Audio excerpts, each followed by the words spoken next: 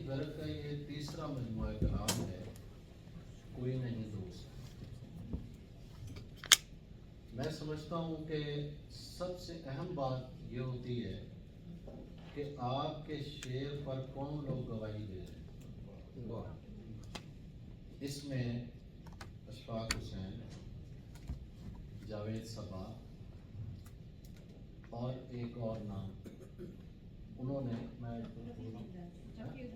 رفیع الدین راز صاحب، غضنفر ہاشمی صاحب، غضنفر ہاشمی صاحب، ان کی آراء جو ہیں میں سمجھتا ہوں کہ وہ بہت اہم ہے۔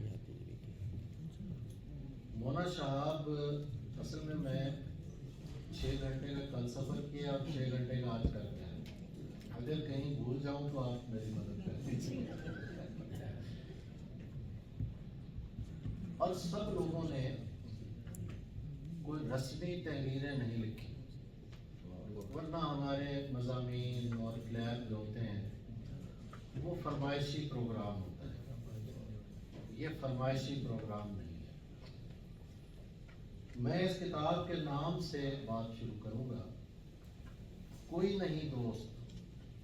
اشفاق حسین صاحب نے اس کو 2 طرح پڑھا ہے کہ کوئی دوست نہیں، اور استفہامیہ لہجے میں پڑھا کوئی نہیں دوست۔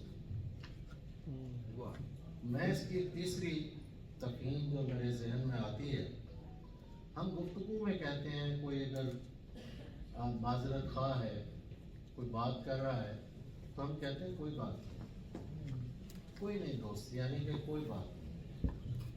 آپ کا سلوک اپنی جگہ اور ہمارا رویہ جو ہے وہ اپنی جگہ ہے۔ ہماری شاعری میں بہت سے شعراء جنہیں ہم سمجھتے ہیں کہ یہ عاشق شاعر ہے، وہ عاشق نہیں ہے۔ حتیٰ کہ شاعرات میں بھی ایسا طبقہ موجود ہے۔ اب میں 2 مثالیں دوں گا اس کی۔ رنجشی سہی دلی دکھانے کے لیے آ، عاشق یہ نہیں کہتا۔ عاشق میر ہے جو کہتا ہے کہ بار بار اس کے در پہ جاتا ہوں، حالت ایک اضطراب کی سی ہے۔ یہ عاشق ہوتا ہے جو بات کرتا ہے، وہ جہاں بھی گیا لوٹا تو میرے پاس آیا، یہی بات ہے اچھی میرے ہر جائی کی۔ یہ عاشق پروین شاکر بات نہیں کرتا، ایک محبوب کے درجے پہ فائز ہوتی ہیں۔ ساری خواتین محبوب کے درجے پہ فائز نہیں ہوتی، اور سارے مرد عاشق کے درجے پہ فائز نہیں ہوتے۔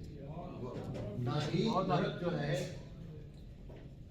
وہ سوالات اٹھاتی ہے، اور یہ سوالات جو ہیں یہ روح کے بحران سے سوالات اٹھتے ہیں۔ یہ ایک صوفیزم کی طرف جو ان کا جھکاؤ ہے، اور میں ہمیشہ دیکھتا ہوں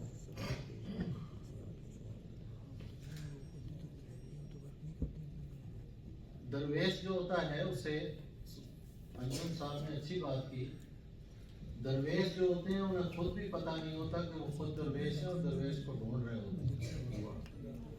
تو یہ بھی درویشوں کی تلاش میں ہمیشہ رہی ہیں، اور اس میں بھی ہے عطا میرے درویش۔ لیکن ان کی شاعری میں سمجھتا ہوں کہ ایک عشق ہے، اور یہ عشق کی روایت جو ہے وہ میرا بائی سے شروع ہوتی ہے۔ میرا بائی واز ناٹ، محبوبہ نہیں تھی، وہ عاشق تھی۔ اور بلکہ علی سردار جعفری نے لکھا ہے ان پر کہ ہندوستان کی ہجر کی روح اگر کسی ایک شاعرہ کے ہاں کیپچر ہوئی ہے تو وہ میرا بھائی ہے۔ مجھے تو اعزاز بھی حاصل ہے کہ میں نے وہ مندر بھی جا کے دیکھا جے پور میں، وہ منڈپ بھی دیکھا جہاں کرشن کی مورتی کے انہوں نے پھیرے لیے تھے، عشق تھا، اور وہاں کرشن کے ساتھ اس کی مورتی لگی ہوئی ہے۔ تو عاشق ہونا ہی پہلا قدم ہے صوفیزم کی طرف بڑھنے کا. رابعہ بصری سے لے کے اب بہت سی خواتین ہیں. تو ناہید ورک کے ہاں بات بہت لمبی ہو رہی ہے.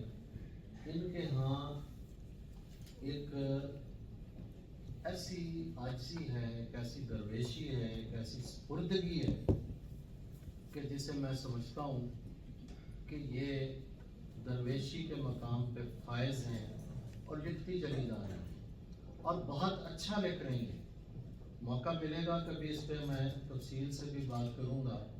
اور فی الحال میں انہیں تیسرے مجموعہ کلام پہ مبارکباد پیش کرتا ہوں. اور میرا یہ اعزاز ہے کہ میں اس شہر میں پہلے طاہرہ رضا کے حوالے سے میں نے بات کی ایک پروگرام میں، آپ کے بہت سے لوگ موجود تھے. تو آج مجھے یہ آپ لوگوں نے عزت دی ہے کہ ایک خوبصورت شاعرہ، بڑی شاعرہ ناہید ورک کے بارے میں کچھ بات کروں. بہت شکریہ.